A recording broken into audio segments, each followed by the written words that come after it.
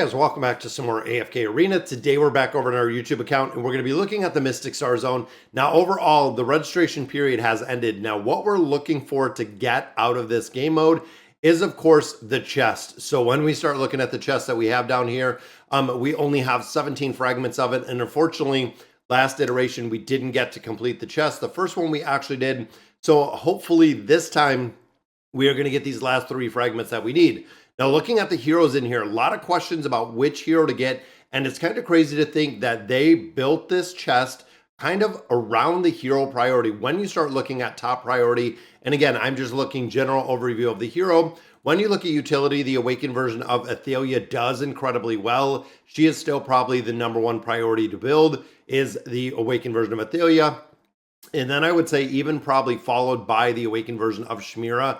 Both of them doing incredibly well through a multitude of game modes. And then I would probably go to Leica or Belinda. That's kind of a very tough choice because there are a lot of spots where Belinda is kind of the best in slot. But with that being said, Leica is still being used in a ton of different places. After that, I would probably look at the awakened version of Sophia right down here, and then looking at Matria. Now, of course, looking at this game mode, you really have to keep in mind which heroes are you building and how are you building them out. So if you're a player essentially that doesn't have any copies at all of the awakened version of Matria, I probably wouldn't use this chest to start building her out. Now granted, if you had all the other heroes completely built, definitely. But when you start looking again, kind of big picture, with the way that they're running the Mystic Starzone, you're not going to have enough fragments. I believe at this point we have only gotten 1 chest.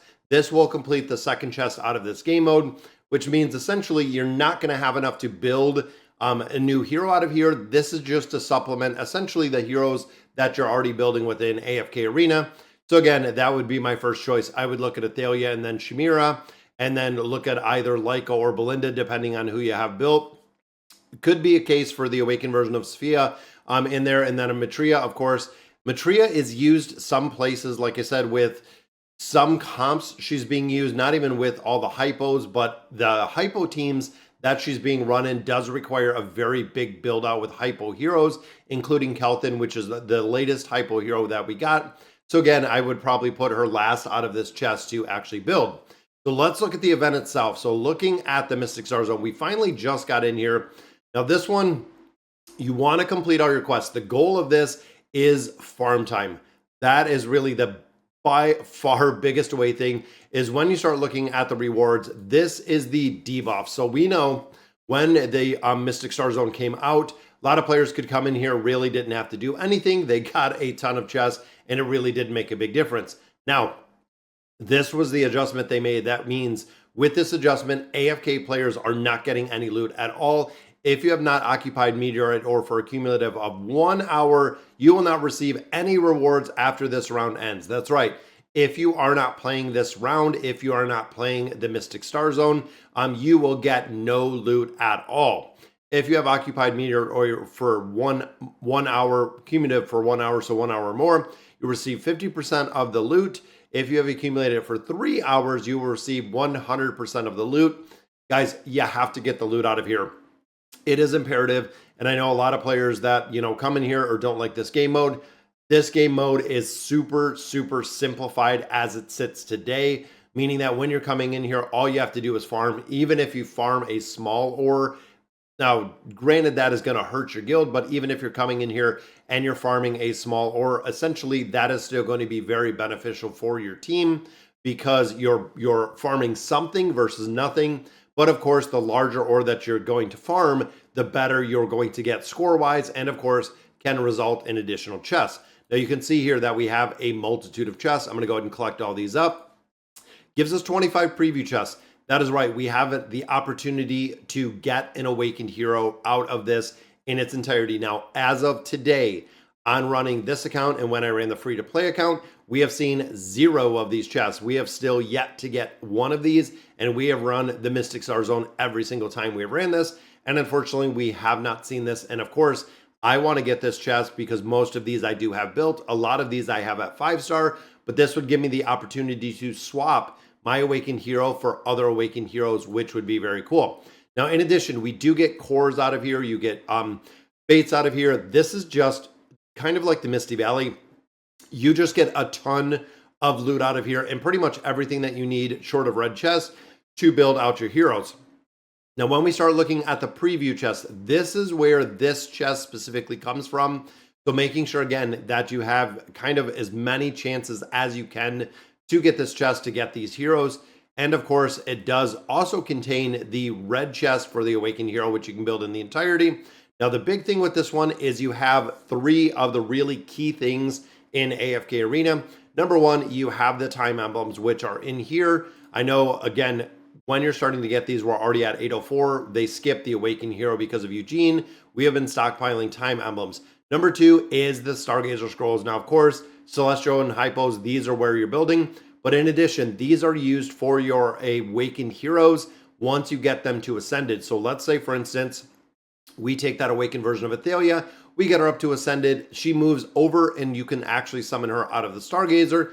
That is where these are going to come in to continue building out that hero. And then, of course, the last one in here are these Arcane Staffs. Now, if you're building any collections, which is still just an absolute nightmare, there's nowhere to get Arcane Staffs short of buying them for 300 diamonds out of the store, which means this is a place that you can actually pick up a few Arcane Staffs. And again, when you look at collections, I haven't built collections in a significant amount of time because I'm not buying the Arcane Staffs and there's nowhere else to get them. These things need to be added to different events with additional rewards, maybe in the Temple Rift, again, as addition.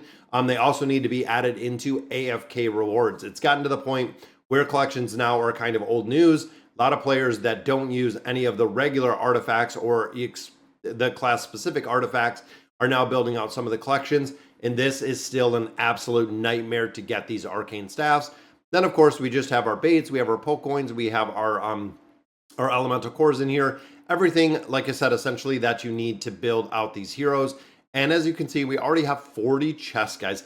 There are a lot of chests in here, which is very cool. And then, of course, some of them are based on your militia. Some of them are based on your performance itself. And then ranking rewards, depending on where you come, you can get another 10 preview chests. And then, of course, get some premium chests out of there as well. So get some more regular chests, get some more premium chests. Now, when you're starting to look at this, quick search is your favorite friend. So excludes or that is in protected period, which means looking here, you can go through and see where we have an open hole. So right here, there's only 6 minutes left in here. We could hop in and occupy this for 6 minutes. And then, of course, this ore is going to disappear after those 6 minutes.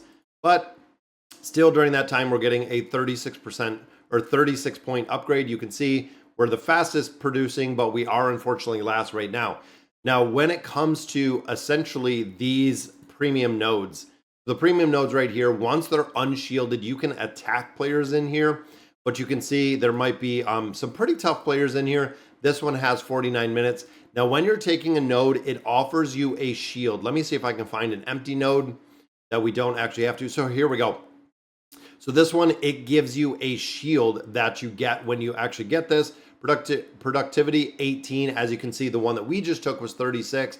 Time remaining, we got about an hour left on this one. And then, of course, time remaining, well, we can't attack it right now. There's still 4 minutes. But when you take this, it gives you a shield, meaning that, let's look at a smaller node in here. So this gives you 2 hours of time. And I believe the shield on this one is an hour. I believe the small ore is an hour when it comes to the shielding. And of course, you can look at some of the stats in here and what I'm actually holding right now, which is this premium ore. And a lot of these, so when you look at the map, it'll show you where these premium ores are. If you're not going in here, or if you're leaving these premium ores like we've seen right here with just a couple minutes left, so 5 minutes left, if this one doesn't disappear, people have said that it will not spawn the new one. So you want to go in here and you want to finish the nodes in the entirety. And I feel like some people kind of almost game the system where they'll get to 5 minutes left, they'll leave the node for someone else to essentially take it, for someone else to grab it. Now, of course, when you look at here, you have to come in here a couple times and farm the nodes. That's kind of the thing. So even looking in here, when you go ahead and take one of these, and I wonder what my shield is on here. I think it said the shield remaining. I think it's right there. Yep. Cannot be attacked during the protection period. The protection period is 27 minutes. So this is shielded for 30 minutes when we take a node.